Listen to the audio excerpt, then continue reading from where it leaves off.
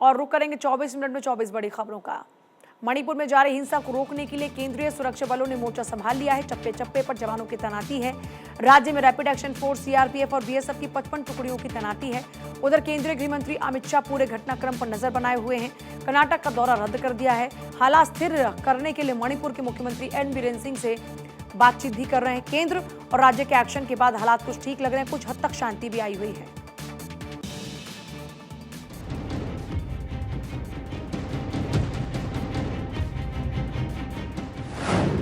मणिपुर के खिलाफ कौन कर रहा है साजिश? मणिपुर को कौन सुलगा रहा है? देश का पूर्वोत्तर राज्य मणिपुर सुलगा हुआ है। हालात काफी खराब है। भड़की हिंसा के बाद स्थिति को सामान्य करने के लिए केंद्र से लेकर राज्य सरकार तक एक्शन में है। भारी संख्या में अर्धसैनिक बलों की तैनाती की गई है। हालात को सुधारने के लिए केंद्रीय गृह मंत्री अमित शाह एक्शन मोड में आ गए हैं। कर्नाटक दौरे को रद्द कर दिया है। स्थिति को ठीक करने के लिए मीटिंग पर मीटिंग हो रही है। मणिपुर के सीएम के साथ बैठक। मीटिंग में तमाम बड़े अधिकारी मौजूद। मैतेई लोगों के मुताबिक म्यांमार और बांग्लादेश के लोग बड़े पैमाने पर राज्य में दाखिल हो गए हैं और उसके चलते इन्हें परेशानियों का सामना करना पड़ रहा है। अक्षय राय के साथ ब्यूरो रिपोर्ट, भारत 24।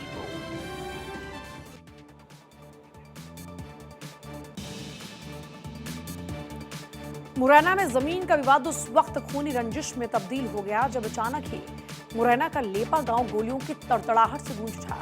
दो परिवारों के बीच हुई इस फायरिंग में 6 लोगों की जान चली गई, जबकि 3 लोग अभी भी जिंदगी और मौत के बीच झूल रहे हैं। मुरैना के लेपा गांव में हुई इस वारदात की तस्वीर भी सामने आ चुकी है, जो न सिर्फ खौफजदा करने वाली है बल्कि तस्दीक भी कर रही है कि कैसे मुरैना में जमीन का विवाद कई जिंदगियों पर भारी पड़ गया।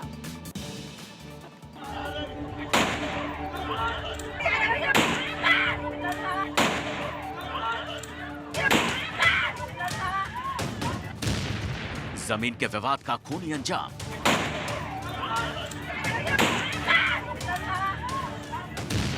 फायरिंग में गई 6 लोगों की जान।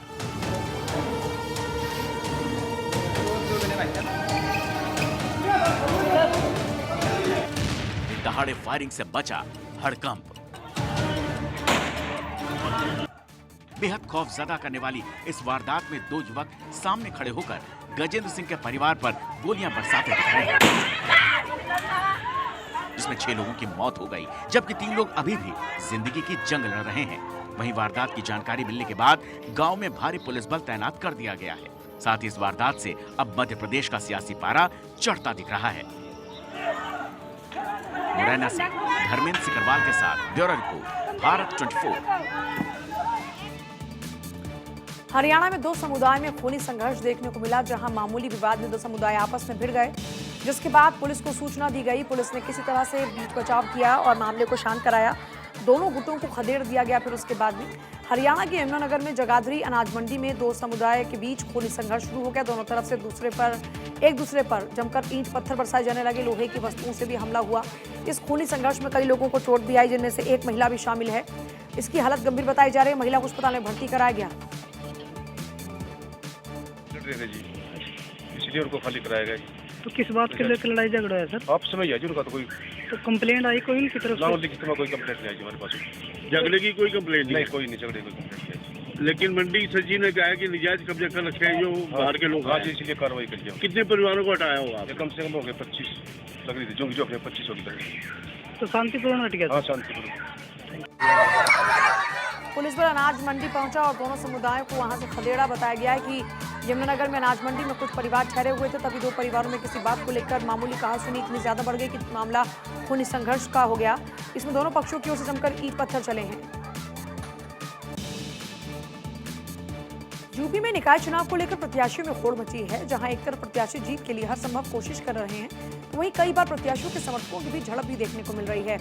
ऐसा ही एक मामला हरदोई में भी देखने को मिला, जहां पर नगर निकाय मतदान के बाद 2 प्रत्याशियों के समर्थक आपस में ही उलझ पड़े। हरदोई में गोपामऊ नगर पालिका के चेयरमैन के पद से भाजपा समर्थक प्रत्याशी हाजी वली मोहम्मद चुनाव लड़ रहे हैं। दूसरे पक्ष में निर्दलीय प्रत्याशी नौशाद नदवी नगर पालिका के चेयरमैन पद से दावेदार हैं। गुरुवार को मतदान के बाद जब पोलिंग पार्टी इस कस्बे से रवाना हुई, तो दोनों प्रत्याशियों के समर्थकों के बीच में कस्बे में बवाल शुरू हो गया। दोनों प्रत्याशियों के समर्थक एक दूसरे पर लाठी डंडे चलाते हुए नजर आए। और जमकर पत्थरबाजी भी की गई। इतना ही नहीं, आरोप है कि निर्दलीय प्रत्याशी के समर्थकों की ओर से हवाई फायरिंग भी की गई। मारपीट में दोनों पक्षों के कई लोग जख्मी भी हो गए हैं। घटना की सूचना पर पुलिस मौके पर पहुंची और मारपीट की वजह का पता लगाने की कोशिश में जुटी है। दोनों गुटों के बीच हुए झड़प का वीडियो वायरल हो रहा है, जिसके साथ देखा जा सकता है कि कैसे पहले एक जगह भीड़ इकट्ठा होती, जिसके बाद दोनों पार्टियों के समर्थक एक दूसरे पर हमलावर हो जाते हैं और पत्थरबाजी शुरू कर देते हैं।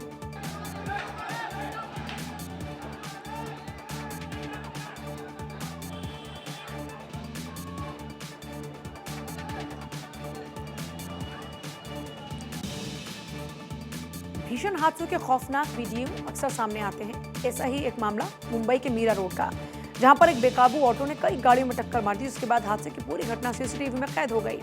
हादसे का एक खौफनाक मंजर मुंबई की मीरा रोड का है, जहां पर एक बेकाबू ऑटो ने कई गाड़ियों को टक्कर मार दी, उसमें करीब 3 लोग घायल हुए हैं। वायरल वीडियो में आप देख सकते हैं कैसे एक भीड़भाड़ वाले इलाके में एक तेज रफ्तार ऑटो चालक अपना नियंत्रण खो बैठा और एक के बाद एक कई गाड़ियों को टक्कर मारता हुआ आगे निकल जाता है। मौके पर मौजूद कुछ लोग ऑटो चालक को पकड़ने की कोशिश करते हैं, लेकिन कामयाब नहीं हो पाते। हादसा इतना भयंकर था कि किसी के भी रोंगटे खड़े हो जाएं। इस भीषण हादसे में किसी की जान तो नहीं गई, लेकिन ऑटो की चपेट में आने से 3 लोग घायल हो गए।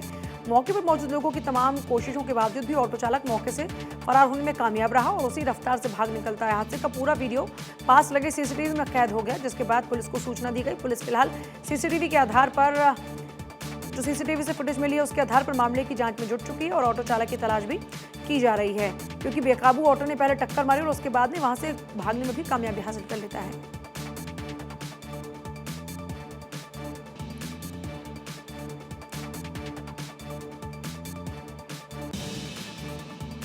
अमेरिका में एक कमर्शियल बिल्डिंग में आग लगने से करोड़ों के नुकसान की आशंका है। 16,000 स्क्वायर फुट में लगी ये बिल्डिंग में आग किस वजह से लगी, इसका फिलहाल पता नहीं चल पा रहा, लेकिन गनीमत ये रही कि आग में किसी के भी हताहत होने की खबर नहीं है। खबर अमेरिका के लॉस एंजल्स से है, जहां पर एक कमर्शियल बिल्डिंग में अचानक से भीषण आग लग गई और आग इतनी भयावती कि देखते ही देखते कई दफ्तर भी उसकी चपेट में आ गए और वो भी खाक हो गए। हालांकि सूचना पर पुलिस और फायर ब्रिगेड मौके पर पहुंचा, लेकिन तब तक आग काफी नुकसान कर चुकी थी। राहत की बात यह रही कि आग में किसी की जान नहीं गई। पुलिस मामले की जांच पड़ताल में जुटी है। आग लगने के कारणों का पता भी लगाया जा रहा है। बताया जा रहा है कि बिल्डिंग करीब 16,000 स्क्वायर फुट में फैली है और इतने बड़े इलाके में आग लगने की वजह से लोग सख्ते में हैं। जिस वक्त बिल्डिंग में आग लगी तब कोई भी वहां मौजूद नहीं था, जिस वजह से एक बड़ा हादसा होते से टल गया।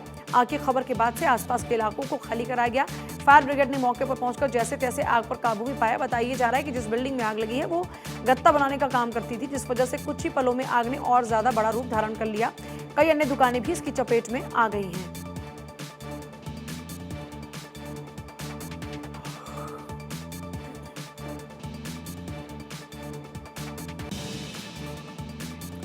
जावलिन थ्रोअर नीरज चोपड़ा ने एक बार फिर देश का नाम कर दिया रोशन। नीरज ने दोहा में चले प्रतियोगिता के मेंस जावलिन थ्रो इवेंट में बड़ी जीत दर्ज कराई, गोल्ड मेडल हासिल कर लिया।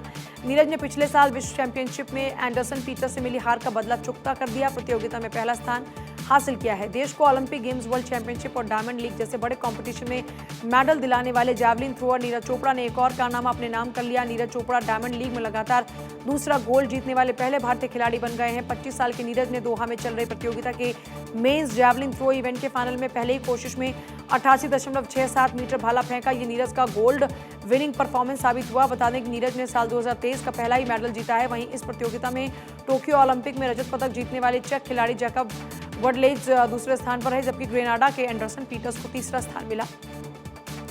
पिछली बार एंडरसन पीटर्स वही खिलाड़ी हैं जिन्होंने पिछले साल वर्ल्ड चैंपियनशिप में नीरज चोपड़ा को हराकर गोल्ड जीता था। अब इस जीत के साथ ही नीरज चोपड़ा ने पीटरसन से पिछली हार का बदला भी ले लिया है।